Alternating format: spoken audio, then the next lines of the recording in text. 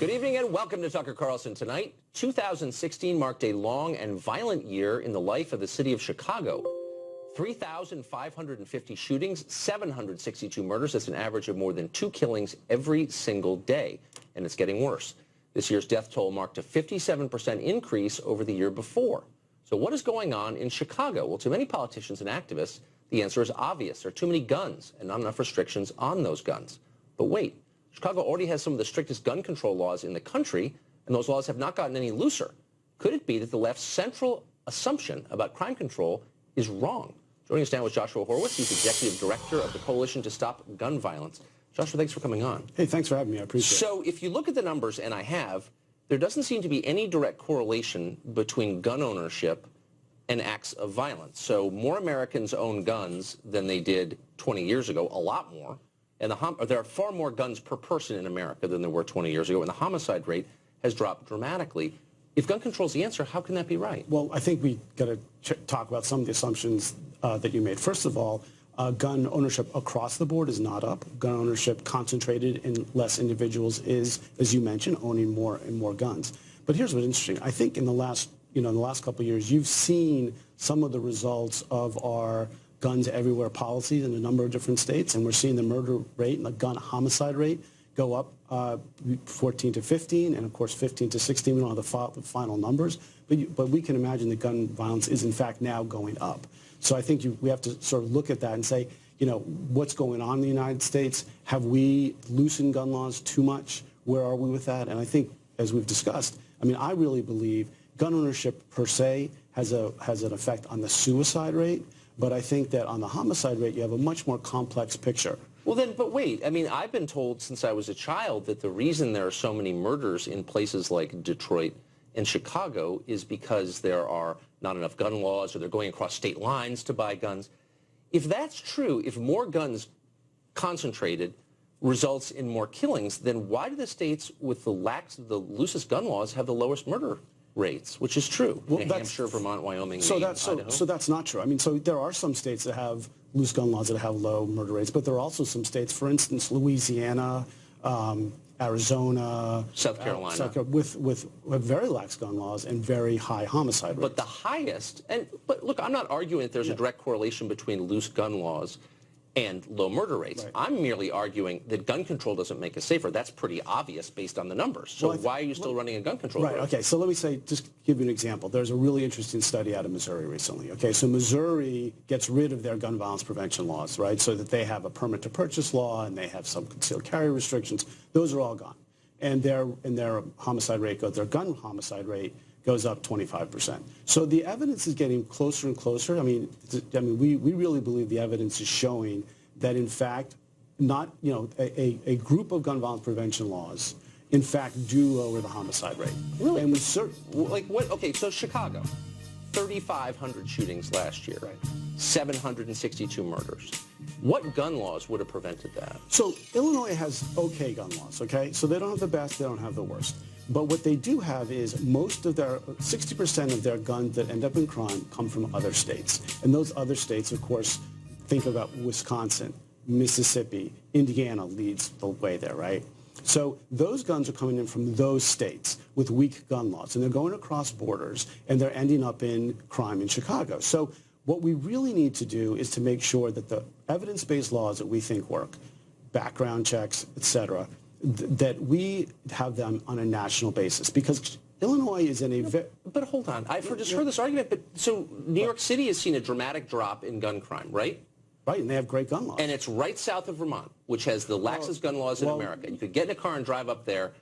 So why isn't that the same? Because first of all, New York, first of all, it's the same thing as Illinois, where the crime guns are coming from out of state. But New York lives in a much safer neighborhood, right? So that you have to go quite some distance to get a firearm. You just can't go. Really? Oh, yeah. Because like everyone I know in New York has a weekend home in Vermont. Look, the point is, this stuff doesn't work, and it doesn't work. I think the evidence shows that it works, and that's important. Then why isn't it working in Chicago? Really, is the real reason it's all the fault of Indiana? Really? Let me ask you a question.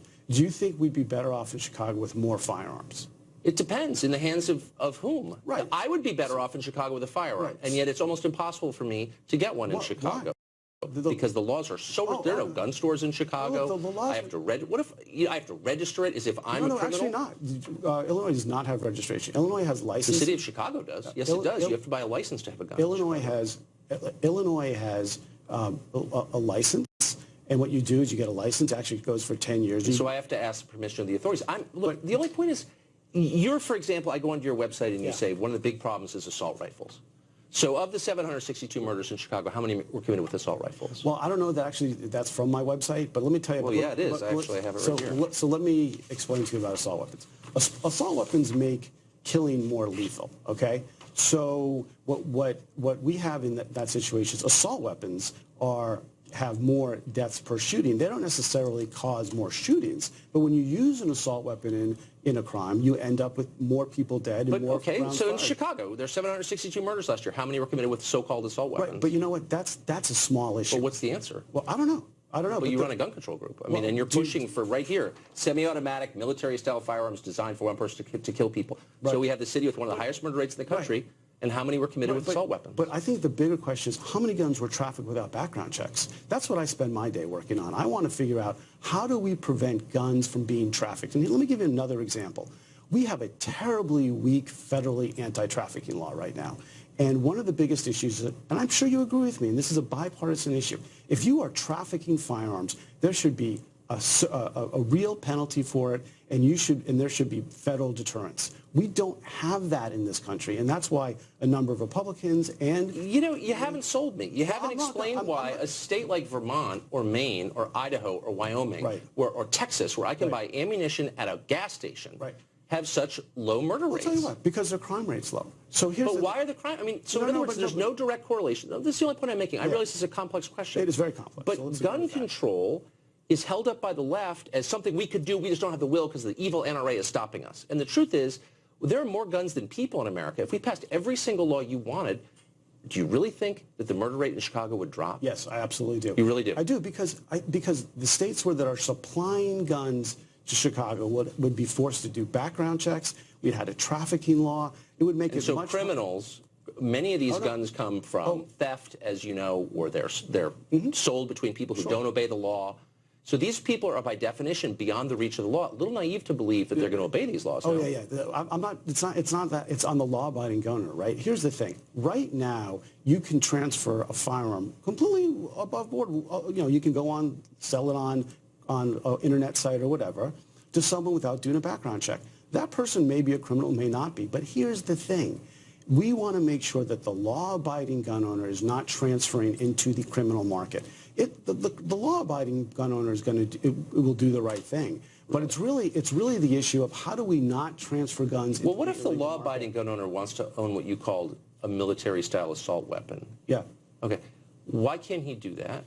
And second, what is a military-style assault weapon? So let me give you the definition first. So it's a centerfire rifle, right? Okay, with a detachable magazine. Okay, so above a .22 caliber, centerfire detachable, with a grip below the stock and something on the front to hold it.